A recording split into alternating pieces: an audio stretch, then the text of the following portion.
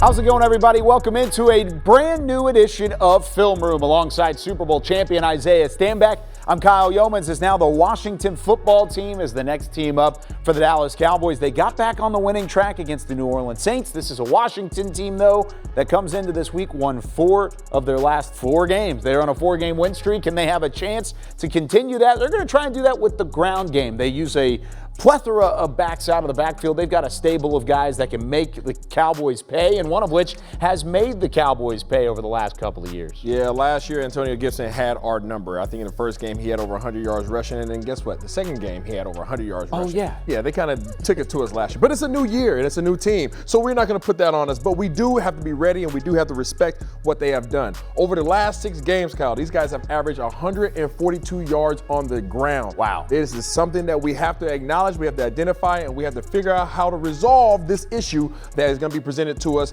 and it comes in the form of counters and powers. These guys like to have a lot of energy going across the field. These guys, you see here, these guys are going to run here, they're going to block down. They're going to work up to the next level. These guys are going to try to hook block right here, and then they're going to try to get up to the second level and wall off the linebacker. What does that do? Well, it shows all the energy going to the left. You see the running back's going to go to your left, and he's going to cut right back up inside. The tight ends here are going to run a route to try to take the defenders out the play on this backside because they're unblocked. And then you're going to see on this run play here, the tight end's going to come and he's going to cut the backside defensive end, and he's going to create a gaping hole. That's something that we have to address. Let's go ahead and run through the play right here.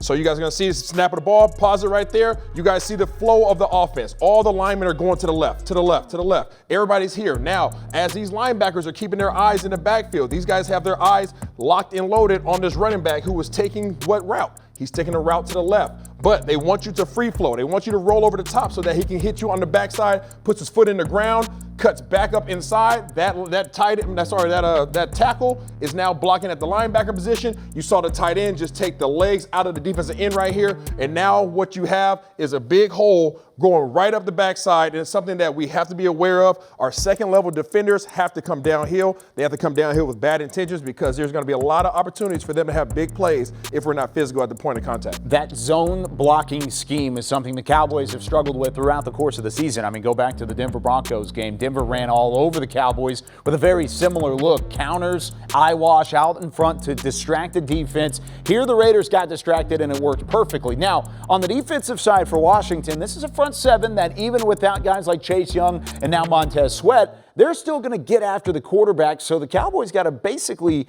be sound assignments all the way through, and then also got to stay in front of the chains. We need to stay in front of the chains, and we have not done a great job of that as of late. Even going back to last week, we were 2 of 13 on third down. It lets you know that we're finding ourselves in these third and long positions. So we need to do a better job in first and second down, because if we don't, we're going to find ourselves in situations just like the Raiders do here, where they think that they have things nice and shored up. They have 1, 2, 3, 4, 5, 6, and a 7th guy back here blocking for how many guys? Well, there's 1, 2, 3, 4, 5, 6, and there's a 7th guy right here in case he wants to present himself. So numbers-wise, things should be good, but what you're asking them to do is to be perfect up front when you have 7 on 7, and that's not going to always be the case. So you'll see things play out here, and what ends up happening is you got a man here, perfect. Then you see the linebacker does a great job. He's going to try to engage you right here, and then he's going to drop out into coverage. What that does is that creates layers. Now, because of this offensive lineman right here has his eyes, offensive lineman has his eyes on that linebacker, he actually had his hands on him.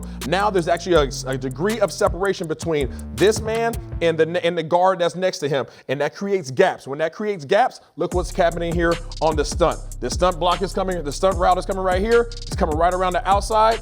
Now, when that happens, his eyes are locked in on the quarterback. There's all kinds of foo-foo going on in there. And now Derek Carr doesn't have opportunity to set his feet. And we do not want to find our quarterback, Dak Prescott, in those situations. Don't make our offensive line have to be perfect in third down situations. And the way we can stop that is by being good on first and second down. Basically, the way that Washington schemed that up there is you mentioned the 7 guys blocking. All 7 guys had to pick up an assignment, and if they did so, they had to do so perfectly in order to slow them down. Now, Dallas defensively has been getting after some guys on their side of the football as well. You talk about guys like Micah Parsons, 10 sacks on the year, firmly in the Defensive Player of the Year conversation now. they're going to try and get after Taylor Heinicke, make things tough, and make them play behind the chains. Absolutely. And Taylor Heinicke, he's a guy, he's a feisty quarterback. He likes to take off and run when he has opportunity, but he can't necessarily do that if he's facing 3rd and long. So here's a great situation here where the Raiders have done a great job, and they have these guys, I believe, in a 3rd and 11 situation. These guys have to get all the way down the field and make some things happen. And what that tends to do here is Heinicke kind of loses track of his awareness on the field. As soon as you see a quarterback going to a shotgun snap, he is now going to be automatically 5 yards from the center's butt. Okay, so the center has to snap the ball 5 yards back.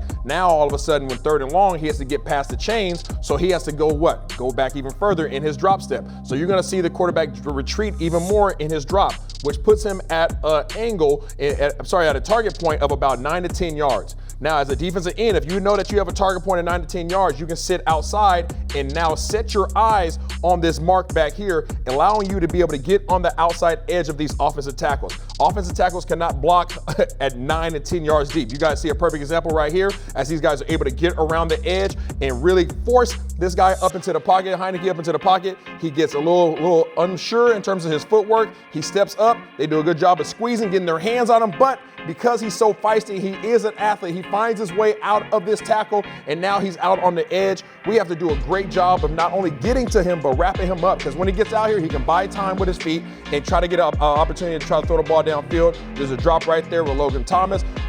Thankfully, we don't have to worry about him this week, but we do have to worry about Heinicke. Get your hands on him, pin your ears back, but when you get there, secure the tackle, because we do not want to give him opportunity to continue to move these chains. Got to be sound tackling, and by the time Taylor Heinicke actually was able to get out of the Max Crosby grip there, he was about 30 yards from the marker. So talk about playing behind the chains. That's one way to do it, and the Cowboys are going to look to try and get after Taylor again this weekend. That does it for us here on this edition of Film Room. We'll see you next week. For Isaiah Stanback, I'm Kyle Youmans. Enjoy the game, everybody. Week 14 of the NFL season is here.